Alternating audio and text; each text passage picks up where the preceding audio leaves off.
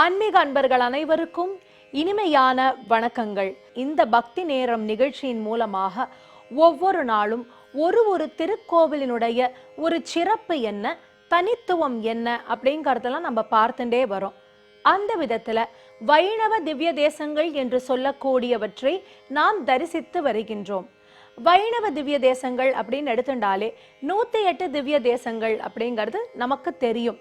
இந்த 108 திவ்ய தேசங்கள்ல 106ஆனதை நாம் இந்த உலகத்தில் இருக்கும் பொழுது தரிசிக்க முடியும். மற்ற இரண்டுமே இறைவன் நமக்கு அளிக்கக்கூடிய அந்த பேரருளால் நமக்கு அப்படி ஒரு பாக்கியம் இருந்ததே ஆனால் அந்த ஒரு தரிசனமும் கிட்டும் என்பதில் எள்ளளவு ஐயமும் நமக்கு வேண்டாம். அப்படி திவ்ய தேசங்கள்னு எடுத்துட்டோம்னா அதுல சோழ நாட்டு திவ்ய தேசங்கள், நடுநாட்டு திவ்ய தேசங்கள், மலை நாடு, பாண்டிய நாடுன்னு நிறைய பகுதியா நம்ம பார்த்துட்டு வந்துட்டு இருக்கோம். அந்த விதத்துல சோழ நாட்டு திவ்ய தேசங்களை நம்ம முடிச்சோம். அதே போல நடுநாட்டு திவ்ய தேசங்கள் 2 திருத்தலங்களையும் தரிசித்து முடித்து இப்பொழுது தொண்டை நாட்டு திருத்தலங்களுக்குள்ள நம்ம யாத்திரை சென்று கொண்டிருக்கின்றோம். அப்படி தொண்டை நாட்டு திவ்ய தேசங்கள் அதை எடுத்துண்டா கிட்டத்தட்ட 14 திருத்தலங்கள் காஞ்சிபுரத்துக்குள்ள இருக்கு. சுற்றி இருக்கக்கூடிய திருத்தலங்கள்னு நம்ம பார்த்திருக்கோம். அந்த தொண்டை மண்டலத்தினுடைய ஒரு சிறப்பு என்ன, இந்த தொண்டை நாட்டு திவ்ய தேசங்கள் அப்படிங்கிறது என்னங்கிறத நம்ம ஒரு தரம் நினைவுபடுத்தி கொள்ளலாம். தொண்டை நாடு அப்படிங்கிறது வடவேங்கடம் முதல் புராணங்களிலும் வட நூல்களிலும் பினாக்கி அப்படின்னு குறிக்கப்படும் தென்பெண்ணையாற்றை தெற்கெல்லையாகவும், கிழக்கே கடலையும் மேற்கே பவளமலையினையும் எல்லையாக கொண்டு விளங்கிய ஒரு பெரிய நிலப்பரப்பு தான் அப்படின்னு சொல்கின்றார்கள். அது மட்டுமல்ல, ரொம்ப பழங்காலத்துல தொண்டை நாடு அப்படிங்கிறது குறும்பர் நிலமாக இருந்ததாம். ஆடு மேய்க்கக்கூடிய அந்த குறும்பர்கள் எல்லாம் அங்கதான் ஒரு காலத்துல வாழ்ந்து வந்தார்களாம். அது மட்டும் அல்ல, அவர்கள் அந்த நாட்டை 24 கோட்டங்களாக வளர்த்தார்கள் அப்படின்னு வரலாற்றுல சொல்லப்படுகின்றதாம். அது மட்டுமல்ல, இது ஒரு காலத்துல அருவா நாடு அப்படின்னு அழைக்கப்பட்டிருக்கு. அருவா வடதலை நாடென பழந்தமிழ் இலக்கியங்கள்ல குறிக்கின்றன. நிறைய மலை வளம் இருக்கக்கூடிய ஒரு நாடு, காடுகள் சூழ்ந்து இருந்ததாம். அப்படி காடாக இருந்ததை நாடாக மாற்றியது யாரு அப்படின்னு பார்த்தா கரிகால மன்னன் கைப்பற்றினதுக்கு அப்புறம் அதை நாடாக மாற்றினார். அதுக்கப்புறம் தொண்டை கொடியால சுற்றி கடல் வழியே ஒரு நாகக்கன்னி வருகின்றாள். அவளுக்கு என்ன பெயர் அப்படின்னு பார்த்தா பீலிவளை அப்படின்ட்டு பேரு.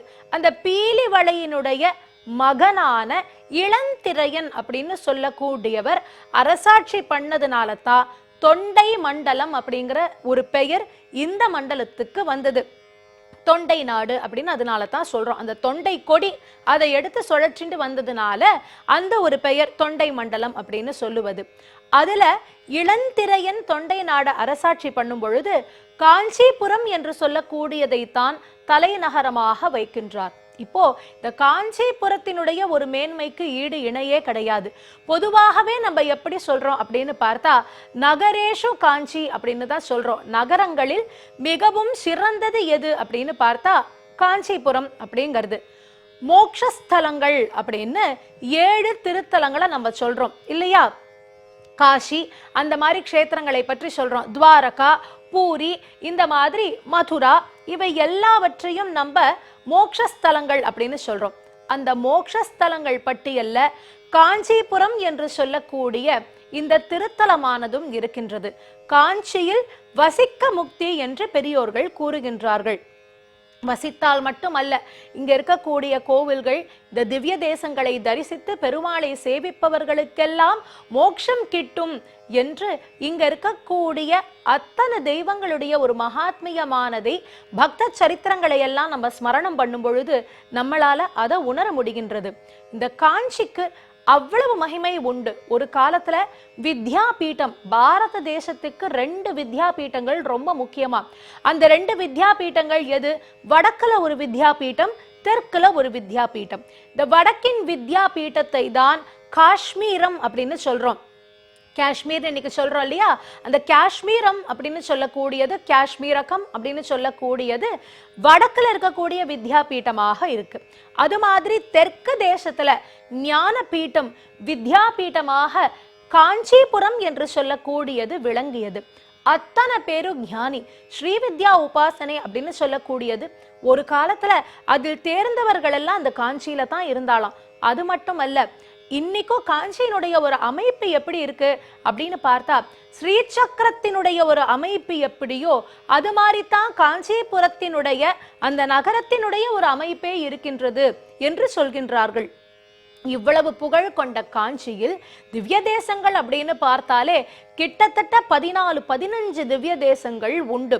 பெரிய காஞ்சி, விஷ்ணு காஞ்சி அப்படின்னு சொல்லக்கூடியதுல அத்தனை திருத்தலங்கள் அமைந்திருக்கு.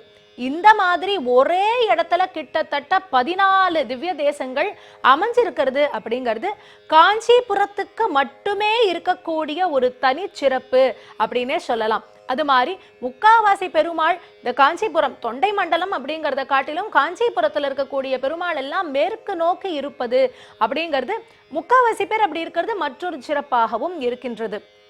அது மட்டுமல்ல, இந்த காஞ்சிபுரத்துல இன்னும் யதேஷ்டமான பல மேன்மைகள் உண்டு. பகவானுக்கு எவ்வளவு முக்கியத்துவம் உண்டோ அதே அளவுக்கு முக்கியத்துவம் பக்தர்களுக்கும் உண்டு இல்லையா?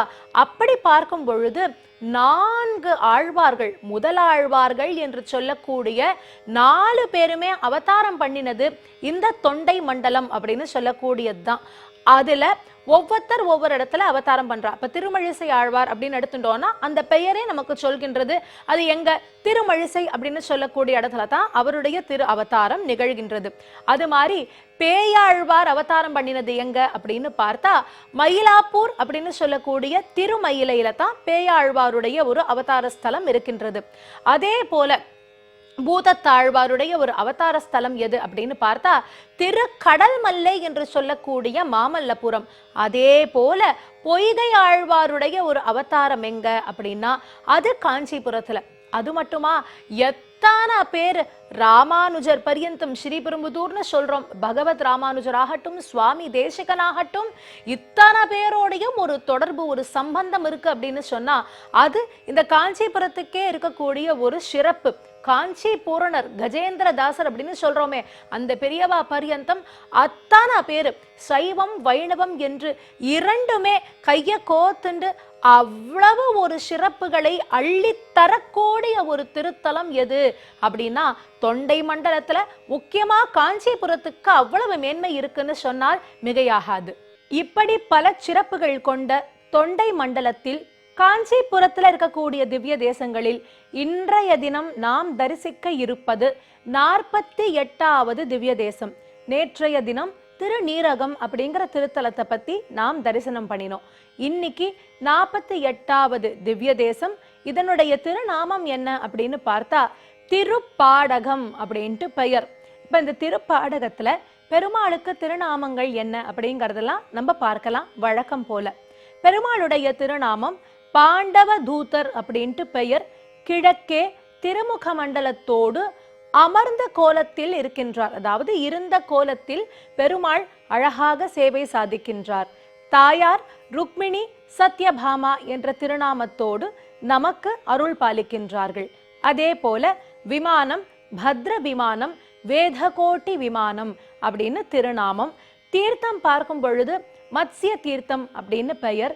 காட்சி கண்ட பெருமை பாக்கியம் யாருக்கு அப்படின்னு பார்த்தா ஹாரீத மகரிஷி மற்றும் ஜனமேஜய மன்னன், இவர்களுக்கு இந்த பெருமாள் காட்சி கொடுத்து அவர்களுக்கு க்ஷேமங்களை அள்ளி தந்திருக்கின்றார் என்று சொன்னால் மிகையாகாது.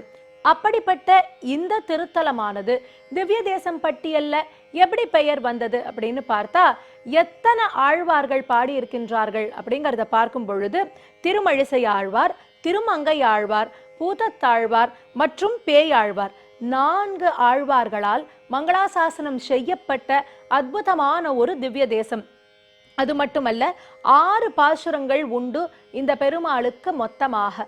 அதோடு மட்டும் அல்லாது இந்த நீரகம் அப்படின்னு சொல்லக்கூடியது, இந்த திருத்தலம் பாடகம் அப்படின்னு சொல்லக்கூடியதாகட்டும், இதெல்லாம் ஒரு காலத்துல பெருமாள் நின்ற, கிடந்த, அமர்ந்த அப்படின்னு சொல்லி 3 கோலங்களை சொல்லும் பொழுது தொண்டை மண்டலத்தின் அந்த 3 திருத்தலங்கள் நின்ற கோலம், இருந்த கோலம், கிடந்த கோலம் என்று சொல்வதில் இருந்த கோலம், அதாவது அமர்ந்தபடி பெருமாள் காட்சி தரக்கூடிய அந்த கோலத்திற்கு திருப்பாடகம் என்று சொல்லக்கூடிய இந்த திருத்தலத்துல இருக்கிற பாண்டவதூத பெருமாளை மிகவும் விசேஷமாக சிலாகித்து சொல்லுவது உண்டு.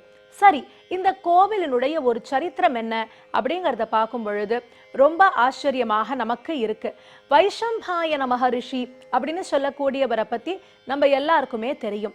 இந்த வைஷம்பாயன மகரிஷி ஜனமேஜயனுக்கு ஒரு சமயம் அழகா அவளுடைய அவர்கள் வீட்டில் இருக்கக்கூடிய பெரியோர்களுடைய சரித்திரமானதை சொல்லிக் கொண்டு வருகின்றார்கள்.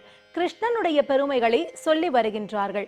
அப்படி கண்ணனுடைய மேன்மைகளை சொல்லிக் கொண்டு வரும் பொழுது எப்படி கண்ணபிரான் தூது சென்ற பொழுது காட்சியளித்தார் அப்படிங்கிற ஒரு சரித்திரமானதை சொல்கின்றாராம்.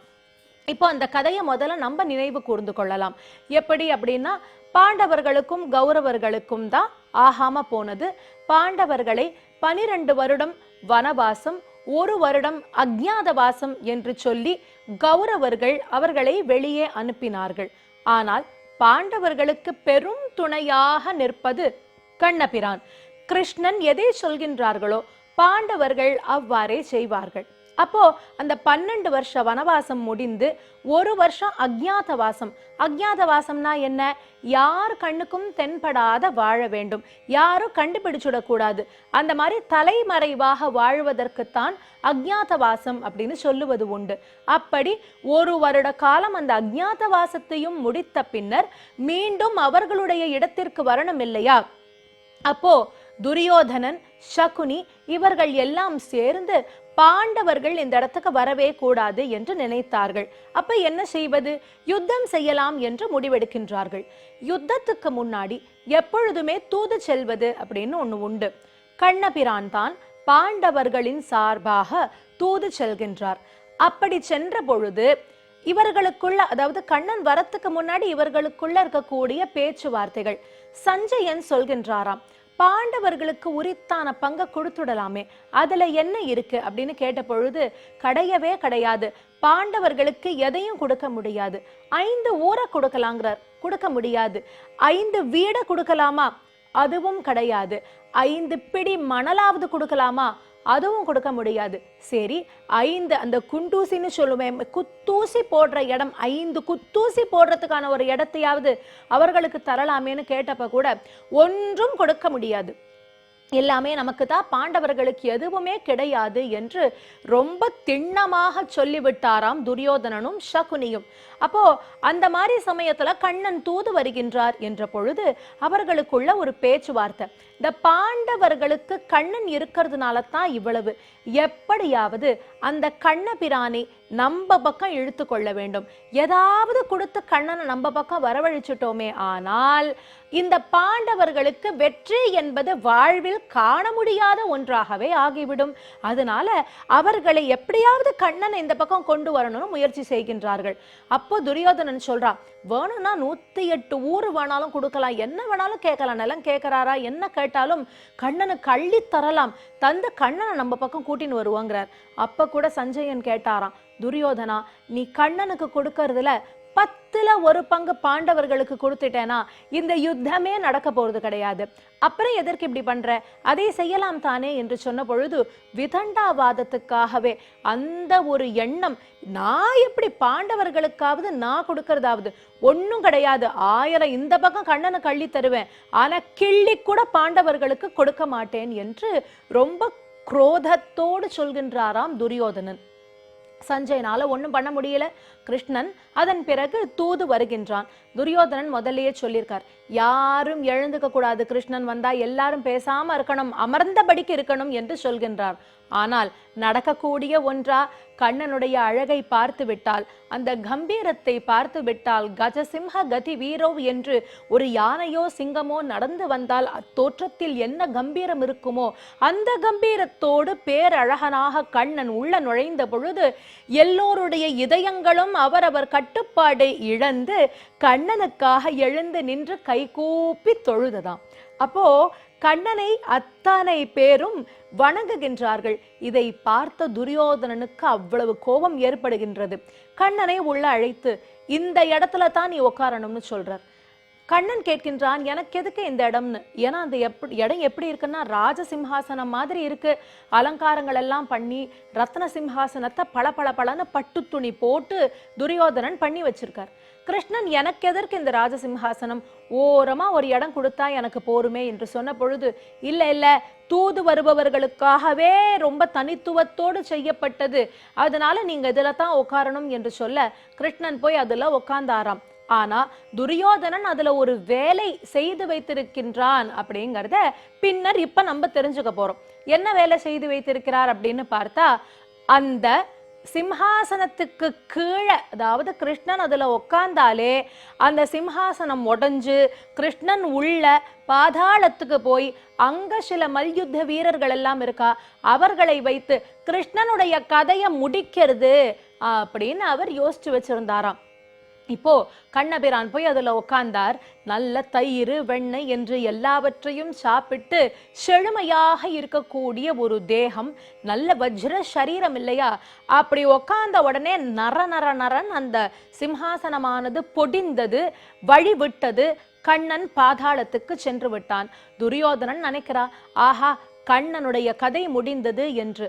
ஆனால் கதையை முடிக்கக்கூடிய கண்ணனுடைய கதையா முடிந்துவிடும்? கண்ணன் கீழே போனார். அங்க இருக்கக்கூடிய அத்தனை வீரர்களோடு யுத்தம் பண்ணி எல்லாரையும் அழித்து விஸ்வரூபமாக பாதாளத்திலிருந்து கிளம்பி அவ்வளவு தூரம் அப்படி எழுந்து நின்றாராம். வீர தீரனாக கண்ணன் எழுந்து நின்ற இந்த ஒரு காட்சியானதை ஜனமேஜய மன்னனுக்கு இங்க வைஷம்பாயனர் சொல்லிட்டு இருக்கார். ஜனமேஜயன் யாரு? பரீட்சித்தோட புள்ள. அப்போ தாத்தாக்களுடைய கதையைத்தானே சொல்லி கொண்டிருக்கின்றார்கள். உங்க தாத்தாக்கெல்லாம் கிருஷ்ணர் இவ்வளவு உதவி பண்ணிருக்காருன்னு சொன்ன உடனே ஒரு நிமிஷம் ஜனமேஜயனுக்கு மனசுல தோன்றியதாம், பாதாளத்துல இருந்து அப்படி கண்ணன் அழகா அப்படி நின்னார்னா, இந்த நிலவரைன்னு சொல்லக்கூடியது இல்லையா, அப்படி நின்னார்னு சொன்னா அந்த கோலம் பார்க்க எப்படி இருக்கும்? கண்ணன் விஸ்தாரமா எப்படி இருப்பார் இல்லையோ பார்க்கறதுக்கு.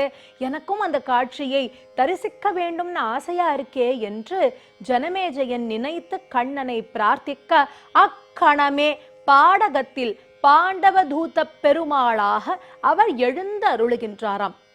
நல்ல நெடு நெடு நெடு நடுன்னு அந்த ஒரு ரூபத்தை காண்பிக்கின்றார். இன்னைக்கும் அந்த கோவிலுக்கு போனா அதே ரூபத்துல தான் பெருமாள் இருக்கார். நிலவரையே பேத்து வைத்தது போலத்தான் அந்த கோவிலே இருக்கும். நம்ம போய் பார்த்தா அதை தரிசிக்க முடியும். அதோடு 27 அடி பெருமாள். நினைச்சு பார்க்க முடியுமா? நின்ற திருக்கோலம் இல்ல, உலகளந்த பெருமாள் மாதிரி திருக்கோலம் இல்ல, அமர்ந்த கோலம். பாண்டவ தூதனாக அமர்ந்த பெருமாள் 27 அடிக்கு இருக்கார். அவர் கீழே இப்படி தரிசனம் பண்ணும் பொழுதே எப்படி எல்லோருக்கும், அதாவது ஜனமேஜயன் தான் எப்படி ஆசைப்பட்டு தரிசித்தானோ அது எல்லோருக்கும் கிடைக்க வேண்டும் என்று அவருடைய பிரார்த்தனைக்கு இணங்கி பாண்டவ தூதனாக பெருமாள் அப்படி இன்றும் நமக்கு காட்சி அளிக்கின்றார். இந்த வேலைப்பாடுகள் எல்லாம் அவ்வளவு அழகு. கண்ணனுடைய அந்த வஸ்திரத்தினுடைய ஒரு வேலைப்பாடுகளாகட்டும், அமர்ந்திருக்கக்கூடிய கோலமாகட்டும், இப்படி அநேகமும் அந்த திருத்தலத்தினுடைய ஒரு பெருமையாக இருக்கின்றது. அதே போல யஜ்ஞமூர்த்தி என்று சொல்லக்கூடியவர் ராமானுஜரை முழுமையாக சரணடைந்தார். அவருக்கும் இந்த இடத்துல ஒரு சந்நிதி உண்டு. இத்தனை பெருமைகள் கொண்ட திருப்பாடகத்தானை நாம் மனதால் பிரார்த்தித்து திருப்பல்லாண்டு கூறுவோமாக. அடுத்த திவ்ய தேசத்தோடு உங்கள் அனைவரையும் சந்திக்கும் வரை உங்களிடமிருந்து விடை பெறுவது சுசித்ரா பாலசுப்ரமணியன். நன்றி, வணக்கம்.